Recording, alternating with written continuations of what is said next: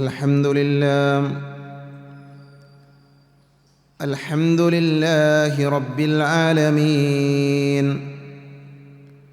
نحمده ونستعينه ونستغفره ونعوذ بالله من شرور أنفسنا ومن سيئات أعمالنا من يهده الله فلا مضل له ومن يضلل فلا هادي له أشهد أن لا إله إلا الله وحده لا شريك له وأشهد أن محمدًا عبده ورسوله اللهم صل على محمد وعلى آل محمد كما صليت على إبراهيم وعلى آل إبراهيم إنك حميد مجيد اللهم بارك على محمد وعلى آل محمد كما باركت على إبراهيم وعلى آل إبراهيم إنك حميد مجيد أما بعد فإن خير الحديث كتاب الله وخير الهدي هدي محمد صلى الله عليه وسلم وشر الأمور محدثاتها وكل محدثة بدعة وكل بدعة ضلالة وكل ضلالة في النار أعوذ بالله من الشيطان الرجيم يا أيها الذين آمنوا اتقوا الله حق تقاته ولا تموتن إلا وأنتم مسلمون أعوذ بالله من الشيطان الرجيم هو الذي بعث في الأميين رسولا منهم يتلو عليهم آياته ويزكيهم ويعلمهم الكتاب والحكمة وإن كانوا من قبل لفي ضلال مبين. പരിശുദ്ധമായ അള്ളാഹുവിൻ്റെ ഭവനത്തിൽ ഒരുമിച്ച് ചേർന്ന സഹോദരങ്ങളെ, സഹോദരികളെ, സർവ്വലോകരക്ഷിതാവായ അള്ളാഹുവിനെ സൂക്ഷിക്കണേ എന്ന് എന്നെയും നിങ്ങളെയും വളരെയധികം സ്നേഹത്തോടുകൂടെ ഓർമ്മപ്പെടുത്തുകയാണ്, ഉപദേശിക്കുകയാണ്. കഴിഞ്ഞ ആഴ്ചയിൽ മഹാനായ മുഹമ്മദ് നബി സല്ലല്ലാഹു അലൈഹി വസല്ലമയുടെ ജീവിത ചരിത്രം വിശ്വാസികളായ ആളുകൾ എന്തിനു പഠിക്കണം, എന്തിനു മനസ്സിലാക്കണം എന്ന വിഷയത്തെക്കുറിച്ചാണ് നമ്മൾ സംസാരിച്ചത്. ഇത്തരമൊരു വിഷയം നമ്മൾ ചർച്ചക്കെടുത്തതിൻ്റെ പശ്ചാത്തലം നമ്മൾ മനസ്സിലാക്കി കഴിഞ്ഞു. പരിശുദ്ധമായ ദീന് പഠിപ്പിക്കാത്ത, നബി സല്ലല്ലാഹു അലൈഹി വസല്ലമയിൽ നിന്ന് മാതൃകയില്ലാത്ത പ്രവാചക തിരുമേനിയുടെ പേരിൽ ജന്മദിനം ആഘോഷിക്കുക എന്ന ബിദ്അത്ത് നമ്മുടെ സമൂഹത്തിൽ വർദ്ധിച്ചു വരുന്ന ഒരു കാലഘട്ടമാണിത്. അത്തരം ബിദ്അത്തുകൾ ഒഴിവാക്കുകയും നബി സല്ലല്ലാഹു അലൈഹി വസല്ലമയുടെ സുന്നത്തുകൾ എന്താണ് എന്ന് വിശ്വാസികൾ മനസ്സിലാക്കുകയും പഠിക്കുകയും ചെയ്യേണ്ട ഒരു സന്ദർഭമാണ് നമ്മുടെ മുൻപിലുള്ളത്. നമ്മുടെ നാട്ടിൽ മഹാഭൂരിപക്ഷം വരുന്ന ആളുകൾ ഈ റബീഉൽ അവ്വൽ മാസത്തിൽ പ്രവാചക തിരുമേനി പഠിപ്പിക്കാത്ത, നബി സല്ലല്ലാഹു അലൈഹി വസല്ലമ കാണിച്ചു തരാത്ത ഒരു ആഘോഷവുമായി മുന്നോട്ട് പോകുമ്പോൾ നബി സല്ലല്ലാഹു അലൈഹി വസല്ലമയുടെ അധ്യാപനങ്ങൾ എന്താണ്, പ്രവാചകൻ സല്ലല്ലാഹു അലൈഹി വസല്ലം ആരായിരുന്നു എന്നതിനെക്കുറിച്ച് പഠിക്കാനാണ് നമ്മൾ ഇത്തരമൊരു വിഷയം ചർച്ചക്കെടുത്തത്. നബി സല്ലല്ലാഹു അലൈഹി വസല്ലമയുടെ ചരിത്രം സുന്ദരമാണ് എന്ന് നമുക്കെല്ലാവർക്കും അറിയാം. എത്ര തന്നെ വായിച്ചാലും മതിവരാത്ത, എത്ര തന്നെ കേട്ടാലും കൊതി തീരാത്ത ചരിത്രത്തിൻ്റെ ഉടമയാണ് മുഹമ്മദ് നബി സല്ലല്ലാഹു അലൈഹി വസല്ലം. നബി സല്ലല്ലാഹു അലൈഹി വസല്ലമയുടെ ചരിത്രം നമ്മൾ വായിക്കുമ്പോൾ പ്രവാചകൻ സല്ലല്ലാഹു അലൈഹി വസല്ലമ വന്ന കാലഘട്ടത്തെക്കുറിച്ച് മനസ്സിലാക്കുമ്പോഴാണ് പ്രവാചക തിരുമേനിയുടെ ചരിത്രത്തിൻ്റെ സൗന്ദര്യം നമുക്ക് കൂടുതൽ ബോധ്യമാവുക. മഹാനായ ഉമർ ബിൻ ഖത്താബ് റളിയല്ലാഹു അൻഹു പറഞ്ഞൊരു വാചകമുണ്ട്, നിങ്ങൾ ജാഹിലിയത്ത് എന്താണ് എന്ന് അറിയണം. ജാഹിലിയത്ത് എന്താണ് എന്ന് അറിയുമ്പോഴാണ് ഇസ്ലാമിൻ്റെ മാധുര്യം നിങ്ങൾക്ക് അനുഭവിക്കാൻ സാധിക്കുക, ആസ്വദിക്കാൻ സാധിക്കുക എന്ന് അദ്ദേഹം പറയാറുണ്ട്. അതേപോലെ നബി സല്ലല്ലാഹു അലൈഹി വസല്ലമ ജനിച്ച നാട്, പ്രവാചക തിരുമേനി വരുന്നതിൻ്റെ തൊട്ടു മുമ്പ് ആ നാടിൻ്റെ അവസ്ഥ എന്തായിരുന്നു, ആ നാട് എങ്ങനെയുള്ള നാടായിരുന്നു, പ്രവാചകൻ സല്ലല്ലാഹു അലൈഹി വസല്ലമ വന്നതിന് ശേഷം നബി സല്ലല്ലാഹു അലൈഹി വസല്ലമ അവരുടെ ഇടയിൽ വരുത്തിയ മാറ്റങ്ങൾ എന്തൊക്കെയാണ്, ആ മാറ്റങ്ങൾ എത്രമാത്രം ഗൗരവമുള്ളതാണ്, അല്ലെങ്കിൽ എത്രമാത്രം സ്വാധീനം നബി സല്ലല്ലാഹു അലൈഹി വസല്ലം അവരിൽ ഉണ്ടാക്കി എന്നറിയണമെങ്കിൽ നമ്മൾ പ്രവാചക തിരുമേനി വരുന്ന കാലഘട്ടത്തിൻ്റെ മുമ്പുള്ള, പ്രവാചകൻ്റെ മുമ്പുള്ള ആ കാലഘട്ടത്തെ മനസ്സിലാക്കേണ്ടതുണ്ട്. സാധാരണ ചരിത്ര ഗ്രന്ഥങ്ങളിൽ നബി സല്ലല്ലാഹു അലൈഹി വസല്ലമയുടെ കാലഘട്ടത്തിൻ്റെ മുമ്പുള്ള ആ കാലത്തെ വിശേഷിപ്പിക്കാറുള്ളത് ഇരുണ്ട യുഗമെന്നാണ്. ലോകത്ത് എന്തൊക്കെ തിന്മകളുണ്ടോ അതെല്ലാം സാധാരണ സ്വഭാവമായിരുന്നൊരു കാലഘട്ടമായിരുന്നു അത്. മദ്യപിക്കുന്ന, വ്യഭിചരിക്കുന്ന, മോഷ്ടിക്കുന്ന, പലിശക്ക് പണം കൊടുക്കുന്ന എന്തൊക്കെ തിന്മകളുണ്ട് അതൊക്കെ സാധാരണ സ്വഭാവം. അതിലൊരു അത്ഭുതമില്ലാത്ത ആളുകൾ, തൻ്റെ വീട്ടിൽ വേശ്യയായ പെണ്ണുണ്ട് എന്നറിയിക്കാൻ വീടിൻ്റെ മുമ്പിൽ ഒരു കൊടി കെട്ടിത്തൂക്കിയ മനുഷ്യന്മാർ, നിസ്സാരമായ കാര്യങ്ങൾക്ക് വേണ്ടി നിരന്തരം യുദ്ധം ചെയ്തിരുന്ന ആളുകൾ, അതേപോലെ തന്നെ മദ്യപിക്കാൻ വേണ്ടി മാത്രം ജീവിച്ചിരുന്ന മനുഷ്യന്മാർ. എത്രമാത്രമെന്ന് ചോദിച്ചാൽ വൈകുന്നേര സമയം, രാത്രി ഉറങ്ങാൻ സമയത്തവർ മദ്യത്തിൻ്റെ ചഷകം, മദ്യത്തിൻ്റെ പാത്രം തലയണയുടെ സമീപത്ത് കൊണ്ടുപോയി വെക്കുമെന്നാണ്. ഉറങ്ങാൻ കിടക്കുമ്പോൾ മദ്യത്തിൻ്റെ പാത്രം തലയണയുടെ സമീപത്ത് കൊണ്ടുപോയി വെക്കും. എന്തിനാ? നാളെ നേരം പുലരുമ്പോൾ ഉറക്കമുണർന്നാൽ എൻ്റെ വയറ്റിലേക്ക് ആദ്യം എത്തേണ്ടത് മദ്യമാണ്. അത് ഉറക്കത്തിൽ നിന്ന് എഴുന്നേറ്റ് ഒന്ന് നടന്നുപോയി എടുത്തു വരാൻ പോലുമുള്ള സമയം അവർക്കില്ലായിരുന്നു. അത്രമാത്രം ഉറക്കിൽ നിന്ന് എഴുന്നേറ്റാൽ ആദ്യം മദ്യപിക്കണം. അതിന് മദ്യത്തിൻ്റെ പാത്രം തലയണയുടെ സമീപത്ത് കൊണ്ടുപോയി വച്ചിരുന്ന ആളുകൾ. അപ്പോൾ എത്രമാത്രം മദ്യത്തെ അവർ ഇഷ്ടപ്പെട്ടിരുന്നു. അങ്ങനെ മദ്യത്തിൻ്റെ പാത്രം തലയണയുടെ സമീപത്ത് കൊണ്ടുപോയി വെച്ച ഒരു മനുഷ്യൻ രാവിലെ എഴുന്നേറ്റ് നോക്കുമ്പോൾ ആ മദ്യത്തിൻ്റെ ചഷകത്തിൽ, പാത്രത്തിൽ ഒരു വണ്ട് ചത്തുകിടക്കുന്നത് കണ്ടു എന്നാണ്. അയാൾ പാട്ടുപാടി, വണ്ടേ നീ എത്ര ഭാഗ്യവാൻ, കുറേ കാലമായി ഞാൻ മദ്യപിക്കുന്നു, പക്ഷേ മദ്യത്തിൽ കിടന്നു മരിക്കാൻ എനിക്കിതുവരെ പറ്റിയിട്ടില്ല, നിനക്കതിന് പറ്റിയല്ലോ, അതുകൊണ്ട് നീ ഭാഗ്യവാനാണ് എന്ന് ആ വണ്ടിനെക്കുറിച്ച്, മദ്യത്തിൽ കിടന്ന് ചത്ത വണ്ടിനെക്കുറിച്ച് പാട്ടുപാടിയിരുന്ന ജാഹിലിയത്തിലെ മനുഷ്യരെ ചരിത്രത്തിൽ നമ്മൾ വായിക്കുന്നത്. അത്രമാത്രം മദ്യത്തിന് അടിമപ്പെട്ടിരുന്ന ആളുകളായിരുന്നു അവർ എന്നർത്ഥം. വിഗ്രഹാരാധന വ്യാപകമായിരുന്നു. നബി സല്ലല്ലാഹു അലൈഹി വസല്ലമ വരുന്ന കാലഘട്ടത്തിൽ വിഗ്രഹങ്ങൾ കൊണ്ട് പരിശുദ്ധമായ ഹറം, പരിശുദ്ധമായ മക്ക, പരിശുദ്ധമായ കഅബ നിറഞ്ഞിരുന്നു എന്ന് വേണമെങ്കിൽ നമുക്ക് പറയാം. എല്ലാ വീടുകളിലും പ്രതിഷ്ഠകളുണ്ടായിരുന്നു. ആദ്യമായി കൊണ്ടവിടേക്ക് വിഗ്രഹാരാധന കൊണ്ടുവന്നത് അംർ ഇബ്നു ലുഹൈ എന്ന് പറയുന്ന ഒരു വ്യക്തിയാണ്. അദ്ദേഹം ഖുസാഇ ഗോത്രക്കാരനാണ്.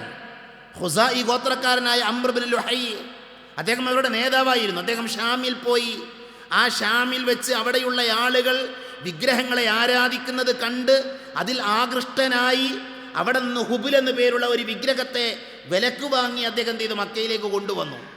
അങ്ങനെയാണ് പരിശുദ്ധമായ മക്കയിൽ വിഗ്രഹാരാധന തുടങ്ങുന്നത്. ആ വിഗ്രഹാരാധന ആരംഭിച്ച് അവിടെ നിന്നിട്ട് ആ ചരിത്രം നമ്മൾ വായിക്കും. അവിടെ ലാത്തയും ഉസ്സയും മനാത്തയും ഹുബുലും അതേപോലെ തന്നെ നായിലയും ഇസാഫും അങ്ങനെ തുടങ്ങി ഒരുപാട് വിഗ്രഹങ്ങൾ ആളുകളുടെ മനസ്സിൽ പ്രതിഷ്ഠ നേടിയ ആളുകൾ ആരാധിക്കുന്ന അവസ്ഥയുണ്ടായി എന്നാണ് ചരിത്രം പറയുന്നത്. അത്രമാത്രം ഇരുണ്ട കാലഘട്ടം. ആ സമയത്താണ് നബി സല്ലല്ലാഹു അലൈഹി വസല്ലം വരുന്നത്. ഞാൻ ഓതി വെച്ച ആയത്താണ്, ഹുവല്ലദീ ബഅസ ഫിൽ ഉമ്മീയീന റസൂലൻ മിൻഹും യത്ലു അലൈഹിം ആയാതിഹി വയുസക്കീഹിം വയുഅല്ലിമുഹുമുൽ കിതാബ വൽ ഹിക്മ വഇൻ കാനൂ മിൻ ഖബ്ലു ലഫീ ളലാലിൻ മുബീൻ. ആയത്തിന്റെ അവസാന ഭാഗത്തെ വാചകം എന്താ? വഇൻ കാനൂ മിൻ ഖബ്ലു ലഫീ ളലാലിൻ മുബീൻ. വ്യക്തമായ വഴികേടിലായിരുന്ന സമൂഹം. എല്ലാ തിന്മകളും ഉണ്ടായിരുന്ന ആളുകളുടെ ഇടയിലേക്ക് നബി സല്ലല്ലാഹു അലൈഹി വസല്ലം വിശുദ്ധ ഖുർആനുമായി ഇറങ്ങി വന്നു. അവരെ പ്രവാചകൻ സല്ലല്ലാഹു അലൈഹി വസല്ലം ഖുർആൻ ഓതി കേൾപ്പിച്ചു. എന്താ സംഭവിച്ചത്? അവർക്ക് മാറ്റം സംഭവിച്ചു. അവരെ സംസ്കരിച്ചു. അവർ നല്ല മനുഷ്യന്മാരായി മാറി. ഇത്രമാത്രം മദ്യത്തെ ഇഷ്ടപ്പെട്ടിരുന്ന ആളുകൾ മദ്യപാനം ഒഴിവാക്കി. വ്യഭിചരിക്കാതെ ഒരു രാത്രി പോലും കഴിച്ചു കൂട്ടാൻ പറ്റാത്ത ആളുകൾ വ്യഭിചാരം ഉപേക്ഷിച്ചു. വിഗ്രഹങ്ങളെ തച്ചുടച്ചു അവർ തന്നെ. എന്തുകൊണ്ട്? വിശുദ്ധ ഖുർആനിൻ്റെ ആയത്തുകൾ നബി സല്ലല്ലാഹു അലൈഹി വസല്ലം അവരെ ഓതിക്കേൾപ്പിച്ചു എന്നുള്ളതാണ്. ഇവിടെ നമ്മൾ പഠിക്കേണ്ട ഒരു പാഠം എന്താ അറിയോ? വിശുദ്ധ ഖുർആൻ കൊണ്ട് ആ സമൂഹത്തെ എഡിറ്റ് ചെയ്യാൻ നബി സല്ലല്ലാഹു അലൈഹി വസല്ലം കഴിഞ്ഞു. വിശുദ്ധ ഖുർആനിലെ ആയത്തുകൾ വൃത്തികേടിൽ ജീവിച്ചിരുന്ന ആ മനുഷ്യന്മാർക്ക് ഓതിക്കേൾപ്പിച്ചപ്പോൾ അവരെ ആ ഖുർആൻ എഡിറ്റ് ചെയ്തു. പറഞ്ഞതിൻ്റെ അർത്ഥം എന്താ? അവരെ ആ ഖുർആൻ നന്നാക്കി. അവരോതിയ അതേ ഖുർആനാണ് ഞാനും നിങ്ങൾ ഓതുന്നത്. അവരോതിയ അതേ ആയത്തുകളാണ് നമ്മൾ ഓതുന്നത്. അവരിൽ സ്വാധീനമുണ്ടാക്കിയ അതേ ആയത്തുകളാണ് നമ്മൾ വായിച്ചു കൊണ്ടിരിക്കുന്നത്, അർത്ഥം പഠിച്ചുകൊണ്ടിരിക്കുന്നത്.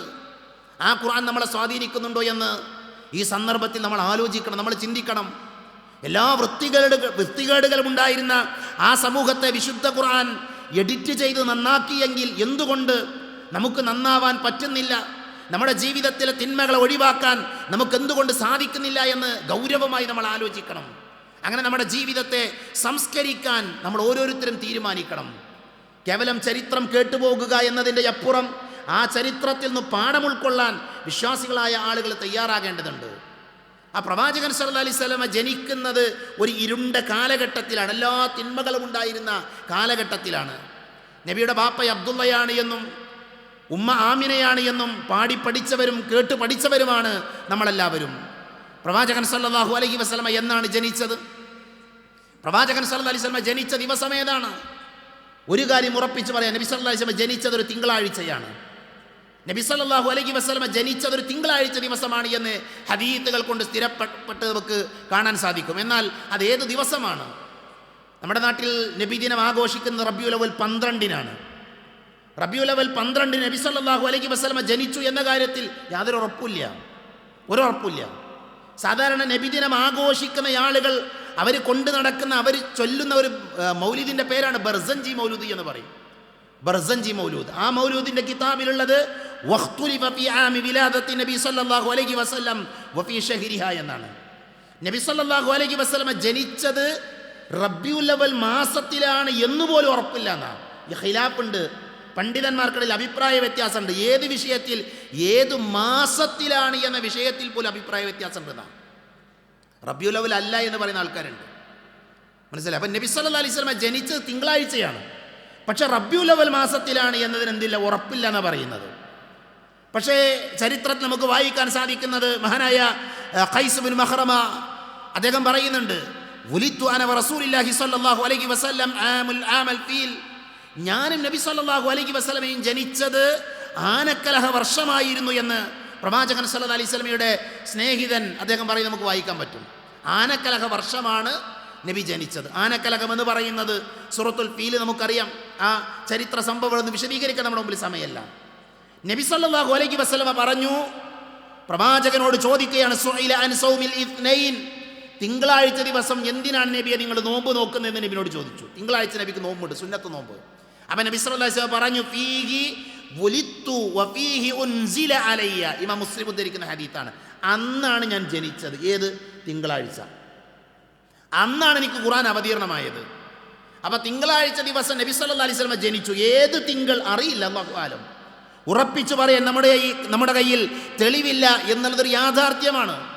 അതുകൊണ്ട് തന്നെ പ്രവാചകൻ സല്ലല്ലാഹു അലൈഹി വസല്ലമ ജനിച്ചത് ഇന്ന ദിവസമാണ്, അന്ന് ആഘോഷം സംഘടിപ്പിക്കും എന്നതിന് യാതൊരു അസ്ലുമില്ല. പിന്നെ മറിച്ച് മറ്റൊരു വിഷയം, ഏതെങ്കിലും ഒരു മനുഷ്യൻ്റെ ജനനത്തിനോ മരണത്തിനോ ഇസ്ലാമിൽ യാതൊരു പ്രാധാന്യമില്ല. വിശുദ്ധ ഖുർആനിൽ ആരുടെയെങ്കിലും ജനന തീയതി പറയുന്നുണ്ടോ? വിശുദ്ധ ഖുർആനിൽ ഏതെങ്കിലും വ്യക്തിയുടെ മരണത്തെക്കുറിച്ച്, മരിച്ച ദിവസത്തെക്കുറിച്ച് പറയുന്നുണ്ടോ? ഇല്ല. മനുഷ്യൻ്റെ ജനനത്തിനോ മരണത്തിനോ അല്ല പ്രത്യേകത, മറിച്ച് മനുഷ്യൻ്റെ കർമ്മങ്ങൾക്കാണ് പ്രത്യേകത.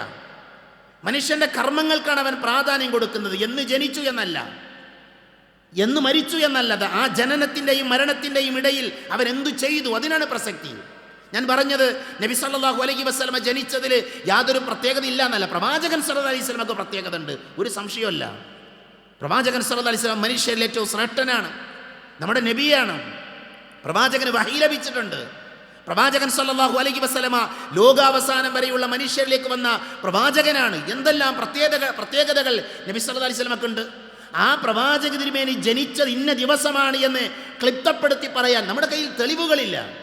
നമ്മുടെ കയ്യിൽ അതിന് കൃത്യമായ മാനദണ്ഡങ്ങളില്ല. നബി പറഞ്ഞത് തിങ്കളാഴ്ചയാണ്, അതുകൊണ്ട് അന്ന് നോമ്പ് നോൽക്കണം എന്നാണ്, അന്ന് റോഡ് ബ്ലോക്കാക്കണമെന്നല്ല. റോഡുകളിൽ ഇറങ്ങി പ്രകടനം നടത്തുന്ന ആൾക്കാരാണ്. ഞാൻ ആരെയും വിമർശിക്കാൻ പറയുന്നതല്ല.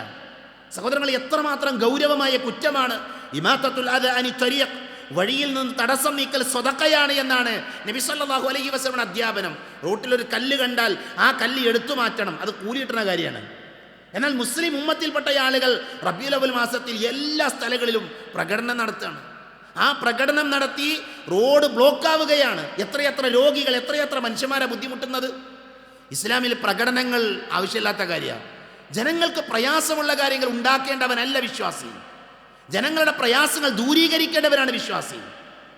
ഇത് അത് പഠിപ്പിച്ച പ്രവാചകൻ സല്ലല്ലാഹു അലൈഹി വസല്ലമയുടെ പേരിലാണ് ജനങ്ങളെ ആളുകൾ ബുദ്ധിമുട്ടിപ്പിക്കുന്നത്. അതുകൊണ്ട് തന്നെ അത്തരം തിന്മകളിൽ നിന്ന്, അത്തരം ബിദഅത്തുകളിൽ നിന്ന് വിശ്വാസികളായ നമ്മൾ എന്ത് ചെയ്യണം? മാറി നിൽക്കേണ്ടതുണ്ട്. ഞാൻ പറഞ്ഞത്, നബി സല്ലല്ലാഹു അലൈഹി വസല്ലമ മക്കയിൽ ജനിച്ചു. അതൊരു തിങ്കളാഴ്ച ദിവസമാണ്. മഹാഭൂരിപക്ഷം ആളുകളും അഭിപ്രായപ്പെടുന്നത് റബീഉൽ അവ്വൽ മാസത്തിലാണ് എന്നാണ്. പ്രവാചകൻ സല്ലല്ലാഹു അലൈഹി വസല്ലമയുടെ ഉമ്മയും ഉപ്പയും ചരിത്രത്തിൽ ആമിനയും അബ്ദുള്ളയുമാണ് എന്ന് സ്വഹീഹായ ചരിത്രം കൊണ്ട് നമുക്ക് മനസ്സിലാക്കാൻ സാധിക്കും. പ്രവാചകന്റെ ജനനം ഖുറൈശി ഗോത്രത്തിലാണ്. ഖുറൈശി എന്ന് പറഞ്ഞാൽ നബി സല്ലല്ലാഹു അലൈഹി വസല്ലമയുടെ 11ാമത്തെ പിതാമഹനായ ഫിഹ്റിൻ്റെ, നബിയുടെ കുടുംബ പരമ്പര നമ്മൾ പരിശോധിക്കുമ്പോൾ അതിൽ 11ാമത്തെ ഉപ്പയായ ഫിഹ്റിൻ്റെ അപരനാമമാണ് ഖുറൈശി എന്നുള്ളത്. അങ്ങനെയാണ് ഖുറൈശി എന്ന പേര് ആ കുടുംബത്തിൽ ലഭിക്കുന്നത് എന്നാണ് ചരിത്രത്തിൽ നമുക്ക് വായിക്കാൻ പറ്റുന്നത്. നബി സല്ലല്ലാഹു അലൈഹി വസല്ലമ ഉമ്മ ആമിനയുടെ ഗർഭാശയത്തിൽ കഴിയുന്ന കാലഘട്ടത്തിൽ തന്നെ നബിയുടെ പിതാവ് അബ്ദുള്ള മരണപ്പെട്ടിട്ടുണ്ട്. നബി വാപ്പാനെ കണ്ടിട്ടില്ല. അനാഥനായിക്കൊണ്ടാണ് നബി സല്ലല്ലാഹു അലൈഹി വസല്ലമ പിറക്കുന്നത്. 6ാമത്തെ വയസ്സിലാണ് നബിയുടെ ഉമ്മ ആമിന മരണപ്പെടുന്നത്. 8 വയസ്സുവരെ നബി സല്ലല്ലാഹു അലൈഹി വസല്ലമയെ സംരക്ഷിച്ചത് വല്യാപ്പ അബ്ദുൽ മുത്തലിബാണ്. ബാപ്പയുടെ ബാപ്പ വല്യാപ്പയാണ് സംരക്ഷിച്ചത്, അബ്ദുൽ മുത്തലിബാണ്. അബ്ദുൽ മുത്തലിബ് 8ാമത്തെ വയസ്സിൽ അദ്ദേഹം മരിക്കുന്നു. അദ്ദേഹത്തിൻ്റെ മരണത്തിൻ്റെ ശേഷം പിതൃവ്യൻ ബാപ്പയുടെ സഹോദരൻ അബൂ ത്വാലിബാണ് നബി സല്ലല്ലാഹു അലൈഹി വസല്ലമയുടെ കുട്ടിക്കാലത്ത് നബി സല്ലല്ലാഹു അലൈഹി വസല്ലമയെ സംരക്ഷിച്ചത്. ഏകദേശം 42 വർഷക്കാലം പ്രവാചകന്റെ സംരക്ഷണം ആർക്കായിരുന്നു? അബൂ ത്വാലിബിനായിരുന്നു. പ്രവാചകൻ അങ്ങേയറ്റം ഇഷ്ടമുള്ള പിതൃവ്യനായിരുന്നു അബൂ ത്വാലിബ്. അദ്ദേഹം മുസ്ലിമായിട്ടില്ല. അദ്ദേഹം അവിശ്വാസിയായിക്കൊണ്ടാണ് മരിക്കാൻ പോണെന്നൊക്കെ ചരിത്രത്തിൽ നമുക്ക് വായിക്കാൻ പറ്റും. ഇത് നബിയുടെ ഒരു ചെറിയ ബയോഡാറ്റയാണ്, നബിയുടെ ഒരു രീതിയാണ്. നബിയുടെ ഒരു കുടുംബം, അതേപോലെ തന്നെ പ്രവാചകന്റെ ജനനം, അതുമായി ബന്ധപ്പെട്ട ഏറ്റവും ചുരുങ്ങിയ ഒരു രീതിയാണിത്. പ്രവാചകൻ സല്ലല്ലാഹു അലൈഹി വസല്ലമയുടെ പേരുകൾ നമ്മൾ പഠിക്കേണ്ടതാണ്. റസൂലുള്ളാഹി സല്ലല്ലാഹു അലൈഹി വസല്ലമ പറഞ്ഞു, ഇന്നലി അസ്മാഅൻ, എനിക്ക് ചില പേരുകളുണ്ട്. നബി എന്നെ പറയാണ്, എനിക്ക് ചില പേരുകളുണ്ട്. അന മുഹമ്മദുൻ, ഞാൻ മുഹമ്മദാണ്. വഅന അഹ്മദ് വഅനൽ മാഹി അല്ലദി യംഹുല്ലാഹു ബിഹിൽ കുഫർ വഅനൽ ഹാശിറു അല്ലദി യുഹ്ശറു അന്നാസു അലാ ഖദമൈ വഅനൽ ആഖിബ്. ഇതൊക്കെ നബിൻ്റെ പേരാണ്. ഏതാ നബിൻ്റെ പേര്? ഒന്ന് മുഹമ്മദ് എന്ന പേരാണ് സല്ലല്ലാഹു അലൈഹി വസല്ലം. നമുക്കെല്ലാവർക്കും അറിയാം. ഏറ്റവും മഅറൂഫായ മഷ്ഹൂറായ പേരേതാ? മുഹമ്മദ് നബി സല്ലല്ലാഹു അലൈഹി വസല്ലം എന്നുള്ള പേരാണ്. വിശുദ്ധ ഖുർആനിൽ 4 തവണ ആ പേര് പ്രയോഗിച്ചിട്ടുണ്ട്. 4 തവണയാണ് വിശുദ്ധ ഖുർആനിലെ സൂറത്തു ആലു ഇമ്രാൻ, സൂറത്തുൽ അഹ്സാബ്, സൂറത്തുൽ ഫത്ഹ്, സൂറത്തുൽ മുഹമ്മദ്, ഈ അധ്യായങ്ങളിലെല്ലാം മുഹമ്മദ് എന്ന പേര് അല്ലാഹു സുബ്ഹാനഹു വ തആല ഓർമ്മപ്പെടുത്തിയിട്ടുണ്ട്. അതേപോലെ തന്നെ പ്രവാചകൻ സല്ലല്ലാഹു അലൈഹി വസല്ലമയുടെ 2ാമത്തെ പേര് അഹ്മദി എന്നാണ്. അഹ്മദി എന്നാണ്. വിശുദ്ധ ഖുർആനിലെ സൂറത്തു സഫിലെ 6ാമത്തെ ആയത്തിൽ ആ പേര് വന്നിട്ടുണ്ട്. പ്രവാചകൻ സല്ലല്ലാഹു അലൈഹി വസല്ലമയെ കുറിച്ച് മുൻപുള്ള വേദഗ്രന്ഥങ്ങളിൽ അഹ്മദി എന്ന് പേരുള്ള ഒരു പ്രവാചകൻ കടന്നു വരുമെന്ന സുവിശേഷ വാർത്ത അറിയിച്ചതിനെ കുറിച്ചാണ് സൂറത്തു സഫിലെ 6ാമത്തെ ആയത്തിൽ അള്ളാഹു പഠിപ്പിക്കുന്നത്. 3ാമത്തെ പേര് മാഹി എന്നുള്ള പേരാണ്. മുഹമ്മദ് നബിയുടെ പേര് മാഹി എന്നുണ്ട്. എന്താ മാഹി എന്ന് പറഞ്ഞാൽ? മാഹി എന്ന് പറഞ്ഞാൽ തുടച്ചു നീക്കുന്നവൻ എന്നാണ് അർത്ഥം. നബി സല്ലല്ലാഹു അലൈഹി വസല്ലം തന്നെ പറഞ്ഞത് ഭൂലോകത്ത് നിന്ന് സത്യനിഷേധത്തെ തുടച്ചു നീക്കുക എന്നതാണ് അതുകൊണ്ട് അർത്ഥമാക്കുന്നത്. കുഫറിനെ തുടച്ചു നീക്കുക. അതുകൊണ്ടാണ് മാഹി എന്നുള്ള പേര് പ്രവാചകൻ സല്ലല്ലാഹു അലൈഹി വസല്ലമക്ക് വന്നത്. അതേപോലെ തന്നെ ഹാഷിർ എന്ന പേരുണ്ട് നബി സല്ലല്ലാഹു അലൈഹി വസല്ലം. ഹാഷിർ, ഹാഷിർ എന്ന് പറഞ്ഞാൽ ആദ്യമായി പുനർജീവിപ്പിക്കപ്പെടുന്നവൻ. ഈ ലോകം അവസാനിച്ച് എല്ലാം നശിക്കും. കുല്ലു മൻ അലൈഹാ ഫാൻ വയബ്ഖാ വജ്ഹു റബ്ബിക ദുൽ ജലാലി വൽ ഇക്റാം. അള്ളയൊഴികെ ബാക്കിയെല്ലാം നശിക്കും. എന്നിട്ട് അള്ളാഹു സുബ്ഹാനഹു വ തആല വീണ്ടും എന്ത് ചെയ്യും? മനുഷ്യന്മാരെ പുനർജീവിപ്പിക്കും. അതിൽ ആദ്യം വരുന്ന ആളാരാ? മുഹമ്മദ് നബി സല്ലല്ലാഹു അലൈഹി വസല്ലമയാണ്. അതുകൊണ്ടാണ് നബി സല്ലല്ലാഹു അലൈഹി വസല്ലമക്ക് അൽ ഹാഷിർ എന്ന പേരുള്ളത്. അതേ ആഖിബ് എന്ന പേര് നബി സല്ലല്ലാഹു അലൈഹി വസല്ലം. ആഖിബ് എന്ന് പറഞ്ഞാൽ അവസാനത്തെയാൾ എന്ന അർത്ഥമാണ്. ഇനിയൊരു പ്രവാചകൻ വരാനില്ല. അമ്പിയാക്കളുടെ കൂട്ടത്തിലെ അവസാനത്തെ നബി ആരാണ്? മുഹമ്മദ് നബി സല്ലല്ലാഹു അലൈഹി വസല്ലമയാണ് ആഖിബ് എന്ന പേര്. അതുകൊണ്ടാണ് ആ പേര് വന്നത് എന്ന് ചരിത്രകാരന്മാർ രേഖപ്പെടുത്തിയിട്ടുണ്ട്. നബി സല്ലല്ലാഹു അലൈഹി വസല്ലമയുടെ ബാല്യകാലം പ്രവാചകൻ സല്ലല്ലാഹു അലൈഹി വസല്ലം മക്കയിലാണ് കഴിച്ചു കൂട്ടിയത്. ആ കാലഘട്ടത്തിൽ 3 പ്രധാനപ്പെട്ട സംഭവങ്ങൾ ഉണ്ടായിട്ടുണ്ട്. ഒന്ന്, നബി സല്ലല്ലാഹു അലൈഹി വസല്ലമയുടെ ഹൃദയം പിളർന്നു. മലക്ക് വന്ന് ജിബ്രീൽ അലൈഹിസ്സലാം വന്ന് നബിയുടെ ഹൃദയം പിളർന്നു. ആ ഹൃദയത്തെ കഴുകി വൃത്തിയാക്കി എന്നുള്ളത് സ്വഹീഹായ ചരിത്രമാണ്.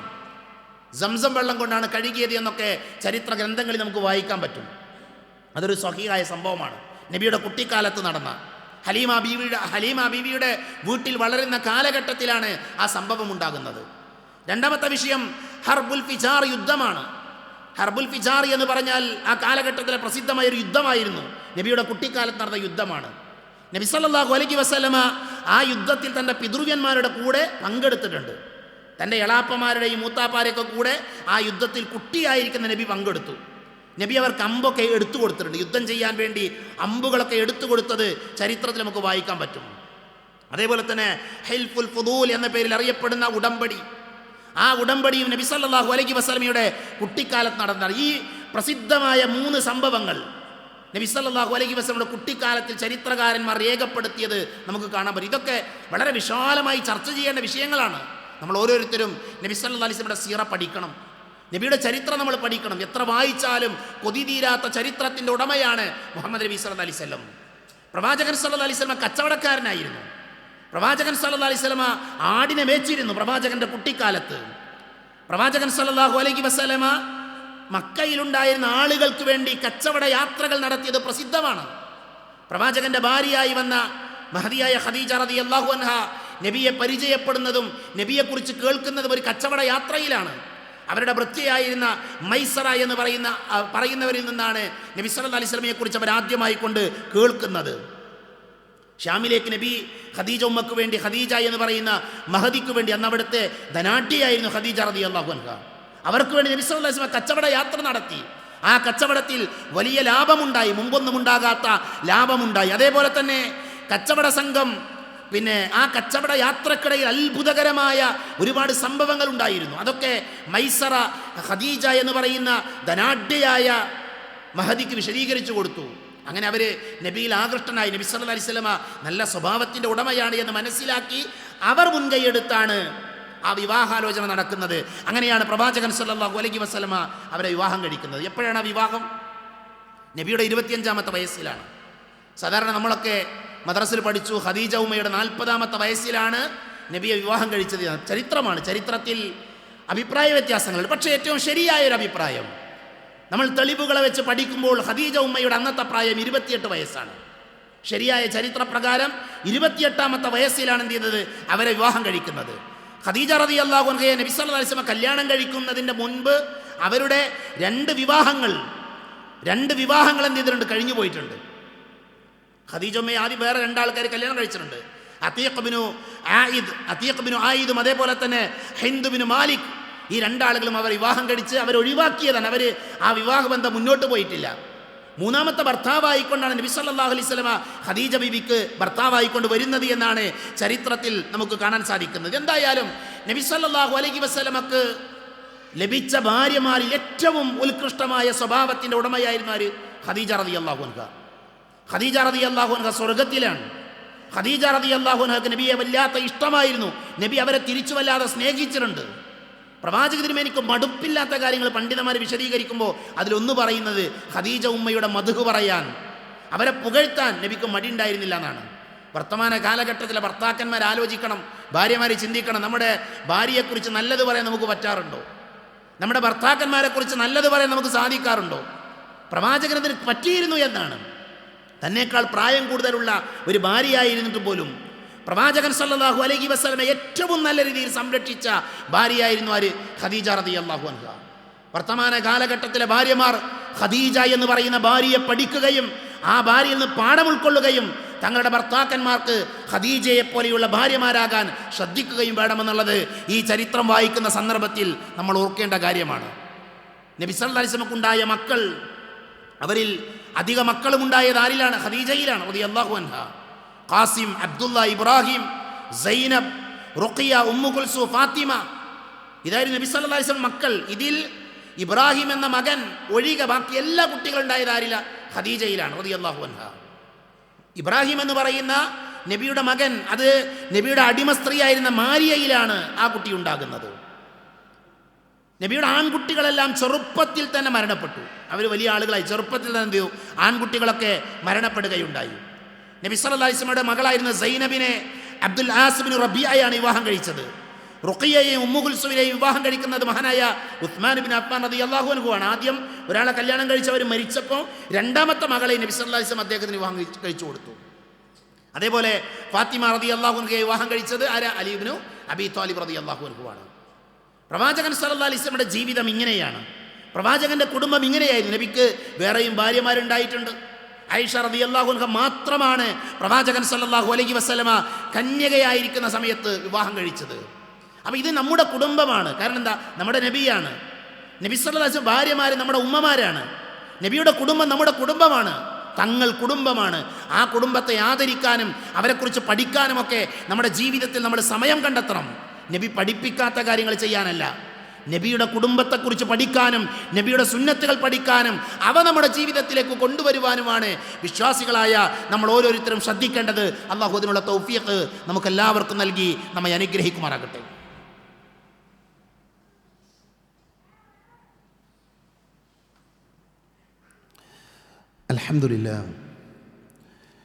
അൽഹംദുലില്ലാഹി അല്ലദീ അല്ലമ ബിൽ ഖലം അല്ലമ അൽ ഇൻസാന മാ ലം യഅലം വസ്സലാത്തു വസ്സലാമു അലാ അഷ്റഫിൽ മുർസലീൻ വഅലാ ആലിഹി വഅസ്ഹാബിഹി അജ്മഈൻ അമ്മാ ബഅദ്. ഒരിക്കൽ കൂടെ അള്ളാഹുവിനെ സൂക്ഷിക്കണേ എന്ന് എന്നെയും നിങ്ങളെയും ഓർമ്മപ്പെടുത്തുകയാണ്. ലോകത്തിന് സംഭവിച്ച ഏറ്റവും വലിയ നഷ്ടം മുഹമ്മദ് നബി സല്ലല്ലാഹു അലൈഹി വസല്ലമയുടെ മരണമാണ്. പ്രവാചകൻ സല്ലല്ലാഹു അലൈഹി വസല്ലമ മരണപ്പെട്ട ദിവസം മദീനയിലേക്കൊരാൾ നബിയെ കാണാൻ വേണ്ടി വരുന്നുണ്ട്. ആ ദിവസത്തെ അദ്ദേഹം രേഖപ്പെടുത്തിയത് മദീന ഇരുട്ടിലായ ദിവസമെന്നാണ്.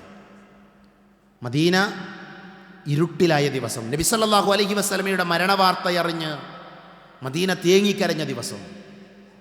അതെന്നാണെന്നറിയോ? അത് റബീഉൽ അവ്വൽ 12-നാണ്. നബി സല്ലല്ലാഹു അലൈഹി വസല്ലമ മരിച്ചത് റബീഉൽ അവ്വൽ 12-നാണ് എന്നാണ് ശരിയായ ചരിത്രം പറയുന്നത്. നിങ്ങളൊന്ന് ആലോചിച്ച് നോക്കൂ. മദീന തേങ്ങിക്കരഞ്ഞ, സ്വഹാബികളെല്ലാം സങ്കടപ്പെട്ട, സ്വഹാബികളെല്ലാം വേദനിച്ച ദിവസമാണ് റബീഉൽ അവ്വൽ 12. അന്ന് നമ്മുടെ നേതാവ്, നമ്മുടെ നബി ഈ ലോകത്ത് വിട പറഞ്ഞ ദിവസമാണ്. ആ ദിവസമാണ് നമ്മൾ ഭക്ഷണമുണ്ടാക്കി ആഹ്ലാദ പ്രകടനം നടത്തുന്നത്. അന്നത്തെ ദിവസമാണ് നമ്മൾ റോഡുകൾ ബ്ലോക്കാക്കുന്നത്. അന്നത്തെ ദിവസമാണ് നമ്മൾ പ്രവാചകൻ സല്ലല്ലാഹു അലൈഹി വസല്ലം പഠിപ്പിക്കാത്ത ബിദ്അത്ത് ഒരു സുന്നത്തായി കൊണ്ടാടുന്നത്. എത്രമാത്രം ഖേദകരമാണ്. നമ്മൾ നബിയെയാണ് പഠിക്കേണ്ടത് സല്ലല്ലാഹു അലൈഹി വസല്ലം. സഹോദരങ്ങളെ, പ്രവാചകൻ സല്ലല്ലാഹു അലൈഹി വസല്ലമയുടെ ജന്മദിനം ആഘോഷിക്കുക എന്ന സമ്പ്രദായം തുടങ്ങിയത് ഷിയാക്കളാണ്, മുസ്ലിങ്ങളല്ല. ഇസ്ലാമിൻ്റെ ശത്രുക്കളായ ഷിയാക്കൾ. ആരായി ഷിയാക്കൾ?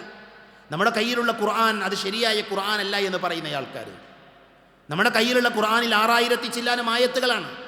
ഷിയാക്കളുടെ വാദപ്രകാരം 10,000-ലധികം ആയത്തുകൾ ഖുർആനിൽ ഉണ്ടായിരുന്നു. അത് അബൂബക്കർ റളിയല്ലാഹു അൻഹു, ഉസ്മാൻ റളിയല്ലാഹു അൻഹു, ഉമർ റളിയല്ലാഹു അൻഹു അടക്കമുള്ള ആളുകളൊക്കെ വെട്ടിക്കുറച്ചതാണ് എന്ന് വാദിക്കുന്ന ആൾക്കാരാണ് ഷിയാക്കൾ. ഇവരുടെയൊക്കെ പേര് കേൾക്കുമ്പോൾ അബൂബക്കർ റളിയല്ലാഹു അൻഹുവിനെയും ഉമർ റളിയല്ലാഹു അൻഹുവിനെയും ഉസ്മാൻ ബിൻ അഫ്ഫാൻ റളിയല്ലാഹു അൻഹു പേര് കേൾക്കുമ്പോൾ ലഅനത്ത് ചെയ്യുന്ന, ശപിക്കുന്ന ആൾക്കാരാണ് ഷിയാക്കൾ. ഈ ഷിയാക്കൾ തുടങ്ങിയ ഏർപ്പാടാണ് നബിദിനാഘോഷം എന്നുള്ളത്. അൽ ഖൗലുൽ ഫസ്ൽ എന്ന് പറയുന്ന ഗ്രന്ഥം, ആ ഗ്രന്ഥത്തിൽ കാണാൻ സാധിക്കും, ഇന്ന അവ്വല മൻ അഹ്ദഥഹാ ബിൽ ഖാഹിറ അൽ ഖുലഫാഉൽ ഫാത്തിമിയ്യൂൻ. ആദ്യമായി കൊണ്ട് നബിദിനാഘോഷം എന്ന് പറയും മൗലൂദ് ഉണ്ടാക്കിയത് ആരാണ്? ഫാത്തിമിയാക്കളായ ആൾക്കാരാണ്. ഫാത്തിമിയാക്കൾ എന്ന് അവർ അറിയപ്പെടാൻ വേണ്ടി, അവർ നബി കുടുംബത്തിൽപ്പെട്ട ആൾക്കാരാണ് ഞങ്ങളെന്ന് വരുത്തി തീർക്കാൻ വേണ്ടി അവർ സ്വീകരിച്ചൊരു പേരാണ്. അവരെന്താ ചെയ്തറിയോ? അവരാദ്യം എന്ത് ചെയ്തു? അന്ന് ഭരിച്ചിരുന്നത് മഅ്സിൽ ദീനില്ല എന്ന് പറയുന്ന രാജാവാണ്, ഭരണാധികാരിയാണ്. അപ്പോൾ അയാൾ ഭരിച്ചിരുന്ന കാലഘട്ടത്തിൽ അവരെന്ത് ചെയ്തു? അവർ 6 മൗലിദുണ്ടാക്കി. 6 മൗലിദുണ്ടാക്കി. 1 നബി സല്ലല്ലാഹു അലൈഹി വസല്ലമയുടെ പേരിൽ മൗലിദുണ്ടാക്കി.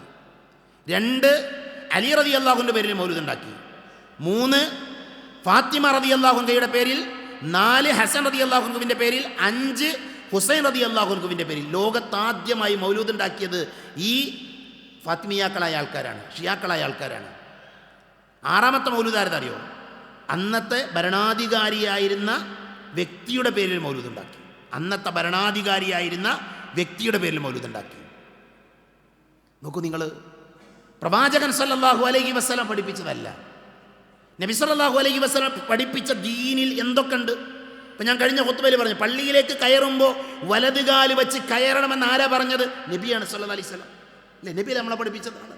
ഉറങ്ങുന്ന സമയത്ത് എങ്ങനെ ഉറങ്ങണമെന്ന് ആരാ പഠിപ്പിച്ചത്? നബി സല്ലല്ലാഹു അലൈഹി വസല്ലമയാണ്. പ്രവാചക തിരുമേനി എന്തെങ്കിലും ഒന്ന് പഠിപ്പിക്കാതെ പോയോ? എന്തെങ്കിലും ഒരു ചെറിയ കാര്യമെങ്കിലും പഠിപ്പിക്കാതെ പോയോ? ഒന്നും ഒരു കുട്ടി ഉണ്ടായാൽ മുടി കളയണം നബി പറഞ്ഞു.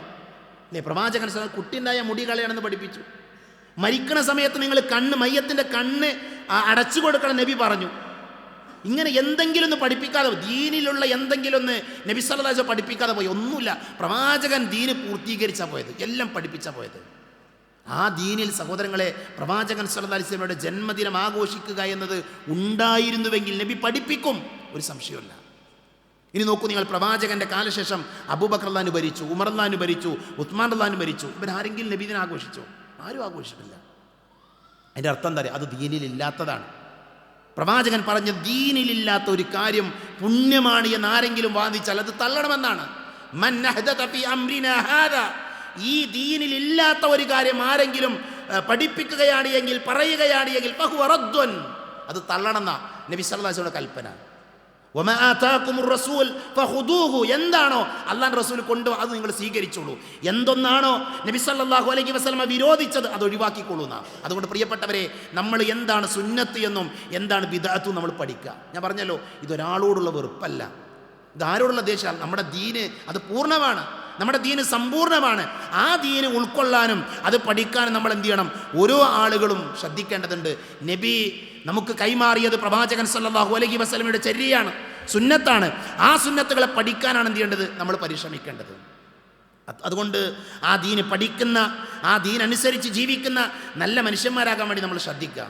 പ്രവാചകൻ സല്ലല്ലാഹു അലൈഹി വസല്ലമയുടെ ജാഹിലിയ കാലഘട്ടത്തിലെ ജീവിതത്തിൽ പ്രവാചകനെ അല്ലാഹു സംരക്ഷിച്ചിട്ടുണ്ട്. ഇത് ഈ സമയത്ത് പറയേണ്ട ഒരു വാചകമാണ്. പ്രവാചകൻ സല്ലല്ലാഹു അലൈഹി വസല്ലമ കുട്ടിയായിരുന്ന, നബിയാകാത്ത കാലഘട്ടത്തിൽ തന്നെ പ്രവാചകൻ സല്ലല്ലാഹു അലൈഹി വസല്ലമ ഒരിക്കൽ ഒരു ആഘോഷം നടക്കുന്ന സമയത്ത് ആ ആഘോഷത്തിൽ പങ്കുചേരാൻ വേണ്ടി ഇങ്ങനെ ഇറങ്ങി നടന്നു. ആഘോഷത്തിൽ പങ്കുചേരാൻ വേണ്ടി ഇറങ്ങി നടന്നു. അപ്പോൾ അള്ളാഹു ഉറക്കി കളഞ്ഞു നബിനെ. ബഹുദൈവാരാധനയുമായി ബന്ധപ്പെട്ട ആഘോഷമായിരുന്നു അത്. ബഹുദൈവാരാധനയുമായി ബന്ധപ്പെട്ട ആഘോഷം. എൻ്റെ പ്രിയപ്പെട്ട കുട്ടികൾ പഠിക്കേണ്ട ഒരു പാഠമുണ്ട്. വിദ്യാർത്ഥികളും അധ്യാപകരും രക്ഷിതാക്കൾ എല്ലാവരും പഠിക്കേണ്ട ഒരു പാഠമുണ്ട്. ഓണമെന്ന് പറയുന്നത് മുസ്ലിമിൻ്റെ ആഘോഷമല്ല. മനസ്സിലായോ? ഓണം എന്നുള്ളത് മുസ്ലിമിൻ്റെ ആഘോഷമല്ല. അത് കേരളത്തിൻ്റെ ദേശീയ ഉത്സവവുമല്ല. ഓണത്തിൻ്റെ 1ാമത്തെ ദിവസം മുതൽ 10ാമത്തെ ദിവസം വരെയുള്ള ഓരോ ദിവസങ്ങളിലും പ്രത്യേകമായ ആചാരങ്ങൾ, അനുഷ്ഠാനങ്ങൾ നമ്മുടെ ഹൈന്ദവ സഹോദരങ്ങൾക്കുണ്ട്. അവർക്കത് ആഘോഷിക്കാൻ അവകാശമുണ്ട്. അവരുടെ ആഘോഷമാണ്, അവരുടെ വിശ്വാസത്തിൻ്റെ ഭാഗമാണ്. ഓരോ ദിവസം എങ്ങനെ പൂക്കളമിടണം, ഏത് പൂക്കൾ വിതരണം എന്നെല്ലാം കൃത്യമായി അവരുടെ വേദഗ്രന്ഥങ്ങളിൽ പറയുന്ന കാര്യമാണ്. പക്ഷേ ഇന്ന് ആ ആഘോഷം, അതിന് മുന്നിൽ ആരാ? അതിന് മുന്നിൽ നിൽക്കുന്നത് ആരാ? മുസ്ലിം ഉമ്മത്താണ്. മനസ്സിലായോ? അത്തരം ആഘോഷങ്ങളിൽ വിശ്വാസികളായ ആളുകൾക്ക് പങ്കുചേരാൻ പാടില്ല. ഇത് വർഗീയതയല്ല, ഈ പറയുന്നത് വിഭാഗീയതയല്ല. മറിച്ച് ഹൈന്ദവ സഹോദരങ്ങളുമായി, ക്രൈസ്തവ സഹോദരങ്ങളുമായി, മറ്റുള്ള ആളുകളുമായി ഏറ്റവും നല്ല ബന്ധം കാത്തു സൂക്ഷിക്കേണ്ടത് മുസ്ലിമിൻ്റെ കടമയാണ്. പക്ഷേ അവരുടെ ആഘോഷങ്ങളിൽ, ബഹുദൈവാരാധനയുമായി ബന്ധപ്പെട്ട ആഘോഷങ്ങളിൽ മുസ്ലിം ഒരിക്കലും പങ്കുചേരാൻ പാടില്ല. നമ്മൾ തൗഹീദിൻ്റെ ആൾക്കാരാണ്. ഡിസംബർ 25 അന്ന് ഒരു കേക്കുമായി നമ്മുടെ ക്രൈസ്തവ സഹോദരൻ വരുമ്പോൾ അവനോട് പറയാൻ പറ്റണം. എന്താ അവരുടെ വാദം? എന്താ? യേശു ക്രിസ്തു ജനിച്ച ദിവസമാണ്, ദൈവത്തിന് പുത്രനുണ്ടായ ദിവസമാണ് ഡിസംബർ 25. ഖുർആൻ പറയുന്ന വാചകം എന്താ അറിയോ? അതിനേക്കാൾ അപകടകരമായ വാദം ഏതാണ് എന്നാണ് ഖുർആന്റെ ചോദ്യം. അള്ളാഹു ഒരു സന്താനത്തെ സ്വീകരിച്ചിരിക്കുന്നു എന്ന വാക്ക് പറഞ്ഞത് നിമിത്തം ആകാശങ്ങളും ഭൂമിയും ഒക്കെ വിണ്ടുകീറാറായിരിക്കുന്നു. അങ്ങനെ ഖുർആൻ പറഞ്ഞ ഒരു ആശയം, ആ ആശയത്തിനെതിരായി പ്രവർത്തിക്കുന്ന ആളുകളുടെ ആഘോഷത്തിൽ നമ്മൾ എങ്ങനെ പങ്കുചേരാം? അതുകൊണ്ട് മാന്യമായി പറയാൻ പറ്റണം, നല്ല രീതിയിൽ അവരോട് പറയാൻ പറ്റണം. ഇതെന്താണ്? ഇത് നമുക്ക് ചേർന്ന ആഘോഷമല്ല, നമ്മുടെ വിശ്വാസത്തിനെതിരാണ്. ഞാൻ ഒറ്റ ഉദാഹരണം പറഞ്ഞുതരാം. നമ്മുടെ നാട്ടിലെ നല്ലവരായ ഹൈന്ദവ സഹോദരങ്ങൾ അവർ ശബരിമലയിലേക്ക് പോകുന്ന സമയം, കറുത്ത വസ്ത്രമൊക്കെ ധരിച്ചവർ ശബരിമലയിലേക്ക് പോകുന്ന സമയം നിങ്ങൾ നിങ്ങളുടെ വീട്ടിലേക്ക് വിളിച്ച് മാംസാഹാരം കൊടുക്കാൻ പാടില്ല. നമ്മൾ എന്തുകൊണ്ടാണ്? അവരുടെ വിശ്വാസപ്രകാരം ആ സമയത്ത് മാംസാഹാരം കഴിക്കാൻ പാടില്ല. അത് പാടില്ല എന്ന അവരുടെ മതത്തിൻ്റെ നിയമമാണ്. പിന്നെ എങ്ങനെ നമ്മൾ അവർക്ക് ആ സമയത്ത് മാംസാഹാരം കൊടുക്കുക? അത് തെറ്റാണ്, ചെയ്യാൻ പാടില്ലാത്ത കാര്യമാണ്. ഇനി നമ്മൾ കൊടുത്താൽ അവർ കഴിക്കൂല. എന്തുകൊണ്ടാണ്? അവർക്കതറിയാം. അവരത് കഴിക്കാത്തതിൻ്റെ കാരണം എന്താ? അത് അവരുടെ വിശ്വാസത്തിനെതിരാണ്. അപ്പോൾ ആ സമയത്ത് അവരെ വിളിച്ചുകൊണ്ട് മാംസാഹാരം കൊടുക്കുക എന്നുള്ളത് തോന്നിയാസാണ്, പാടില്ലാത്ത കാര്യമാണ്. മനസ്സിലായോ? അത് കഴിക്കുക എന്നുള്ളത് അവർ ചെയ്യുന്ന തെറ്റുമാണ്. കാരണം എന്താ? അവരുടെ വിശ്വാസത്തിനെതിരാണ്. അതേപോലെ നമ്മുടെ വിശ്വാസത്തിൻ്റെ ഭാഗമാണെന്ത്? ബഹുദൈവാരാധനയുമായി ബന്ധപ്പെട്ട ആചാരങ്ങളിൽ, അനുഷ്ഠാനങ്ങളിൽ നമ്മൾ എന്ത് ചെയ്യാൻ പാടില്ല? പങ്കുചേരാൻ പാടില്ല. അത് നല്ല രീതിയിൽ പറഞ്ഞിട്ടാകണം, കച്ചറ ഉണ്ടാക്കിയിട്ടല്ല, പ്രശ്നം ഉണ്ടാക്കി. നമുക്കൊക്കെ ഹൈന്ദവ സഹോദരങ്ങളുണ്ട്, സുഹൃത്തുക്കൾ, അവരോടൊക്കെ ഏറ്റവും മാന്യമായി പറയുമ്പോൾ അവർക്ക് മനസ്സിലാക്കാൻ പറ്റും. മനസ്സിലായി? അതുകൊണ്ട് ആ വിഷയം കൂടെ നമ്മൾ ശ്രദ്ധിക്കണം. നബിയുടെ ചരിത്രത്തിലെ വലിയൊരു ഭാഗമാണ് നബി അള്ളാഹു സംരക്ഷിച്ചിട്ടുണ്ട്. അതുകൊണ്ട് അത്തരമൊരു സംരക്ഷണത്തിന് വേണ്ടിയുള്ള പ്രാർത്ഥന കൂടെ വിശ്വാസികളായ ആളുകൾ നടത്തേണ്ടതുണ്ട്. പൂർണ്ണമായി മുസ്ലിമായി ജീവിക്കാൻ നമ്മൾ ശ്രദ്ധിക്കുക. ഏത് സമയത്ത് നമ്മൾ മരിക്കുമെന്ന് പറയാൻ പറ്റില്ല, എപ്പോഴും നമ്മൾ മരിക്കുമെന്ന് പറയാൻ പറ്റില്ല. മരിക്കുന്ന സമയത്ത് ഷിർക്ക് കലർന്ന വിശ്വാസവുമായി പരലോകത്തെത്തിയാൽ അവിടെ നമുക്ക് രക്ഷപ്പെടാൻ സാധിക്കില്ല. അതുകൊണ്ട് തന്നെ തൗഹീദുള്ള ആളുകളായി മരിക്കാൻ നമ്മൾ ശ്രമിക്കുക. കഴിഞ്ഞ ഞായറാഴ്ച നമ്മുടെ കൂട്ടത്തിൽ ഒരാൾ മരണപ്പെട്ടു, അല്ലേ? കണ്ണൂർ ജില്ലയിലെ നമ്മുടെ കൂട്ടായ്മക്ക് നേതൃത്വം നൽകിയിരുന്ന KP മുഹമ്മദ് കുഞ്ഞി എന്ന് പറയുന്ന നമ്മുടെ യാദർശ സഹോദരൻ മരണപ്പെട്ടു ഒരു വാഹനാപകടത്തിൽ. അദ്ദേഹത്തിൻ്റെ മരണത്തിൻ്റെ ശേഷമാണ് അദ്ദേഹത്തെക്കുറിച്ചുള്ള വാർത്തകൾ ഇങ്ങനെ വായിക്കാൻ തുടങ്ങിയത്. ദീനീ രംഗത്ത് നിറഞ്ഞു നിന്നിരുന്ന, അള്ളാൻ്റെ ദീനിന് വേണ്ടി ജീവിച്ചൊരു മനുഷ്യൻ, മക്കളെ പരിശുദ്ധ ദീന് പഠിപ്പിച്ച ഒരു പിതാവ്, വിശുദ്ധ ഖുർആൻ പഠിക്കാൻ സമയം കണ്ടെത്തിയ മനുഷ്യൻ, യോഗങ്ങളിലും മീറ്റിങ്ങുകളിലും സ്ഥിരമായി പങ്കെടുക്കുന്ന, അഭിപ്രായങ്ങൾ പറഞ്ഞിരുന്നയാൾ, നല്ല ആരോഗ്യമുള്ളയാൾ. ഒരു യോഗം കഴിഞ്ഞ് ഭക്ഷണം കഴിച്ചിറങ്ങിയതാണ്. അപ്പോഴാണ് ഒരു വാഹനം വന്ന് അദ്ദേഹത്തെ ഇടിക്കുന്നത്. റബ്ബിൻ്റെ തീരുമാനമാണ്, റബ്ബിൻ്റെ കഥയാണ്, വിധിയാണ്. റബ്ബ് നിശ്ചയിച്ച ആയുസ്സത്തിൽ എല്ലാവരും മരിക്കും. അല്ലാഹു നമ്മുടെ സഹോദരന് പുറത്തു കൊടുക്കുമാറാകട്ടെ. അല്ലാഹു അദ്ദേഹത്തിൻ്റെ ഖബറിടം സന്തോഷകരമാക്കി കൊടുക്കുമാറാകട്ടെ. അദ്ദേഹത്തിൻ്റെ മരണത്തിലൂടെ വേദനിക്കുന്ന മക്കളുണ്ട്, കുടുംബങ്ങളുണ്ട്, ആദർശ സുഹൃത്തുക്കളുണ്ട്. എല്ലാവർക്കും ക്ഷമിക്കാനുള്ള കരുത്ത് അല്ലാഹു നൽകുമാറാകട്ടെ. നമുക്കുണ്ട് ഇങ്ങനെ ഒരു മരണം. നമ്മൾ ആലോചിക്കുക നമ്മുടെ മരണത്തെക്കുറിച്ച്. മരിക്കുമ്പോൾ മുസ്ലിമായി മരിക്കണം, ഈമാനുള്ളവരായി മരിക്കണം, പരലോകത്ത് നമ്മൾ വിജയിക്കണം. അതിന് അള്ളാഹുവിൻ്റെ ദീന് നമ്മൾ പഠിക്കുക, ദീന് പഠിക്കാൻ ലഭിക്കുന്ന അവസരങ്ങളെ ഉപയോഗപ്പെടുത്തുക. അള്ളാഹു സുബ്ഹാനഹു വ തആല അത്തരത്തിലുള്ള സൗഭാഗ്യവാന്മാരുടെ കൂട്ടത്തിൽ എന്നെയും നിങ്ങളെയും ഉൾപ്പെടുത്തി അനുഗ്രഹിക്കുമാറാകട്ടെ. അറിഞ്ഞുമറിയാതെയും നമ്മുടെ ജീവിതത്തിൽ സംഭവിച്ചു പോയ ചെറുതും വലുതുമായ എല്ലാ തെറ്റുകുറ്റങ്ങളും അള്ളാഹു പുറത്ത് മാപ്പാക്കി തരുമാറാകട്ടെ. രോഗം കൊണ്ട് ബുദ്ധിമുട്ടുന്നവരുണ്ട്, അള്ളാഹു ശിഫ നൽകുമാറാകട്ടെ. പ്രാർത്ഥന കൊണ്ട് വസിയത്ത് ചെയ്ത പല ആളുകളുമുണ്ട്, അള്ളാഹു അവരുടെ രോഗങ്ങൾ ശിഫയാക്കി കൊടുക്കുമാറാകട്ടെ. സാമ്പത്തികമായി ഞെരുക്കം അനുഭവിക്കുന്ന ആളുകളുണ്ട്, അള്ളാഹു അവരുടെ സാമ്പത്തികമായ ബുദ്ധിമുട്ടുകൾ തീർത്തു കൊടുക്കുമാറാകട്ടെ. മക്കളില്ലാതെ വേദനിക്കുന്ന ദമ്പതികളുണ്ട്, അള്ളാഹു അവർക്ക് നല്ല മക്കളെ നൽകി അവരെ അനുഗ്രഹിക്കുമാറാകട്ടെ. ലോകത്തിൻ്റെ വിവിധ ഭാഗങ്ങളിൽ ജയിലുകളിൽ നിരപരാധികളായി കഴിയുന്ന മനുഷ്യന്മാരുണ്ട്, അള്ളാഹു അവർക്ക് മോചനം നൽകുമാറാകട്ടെ.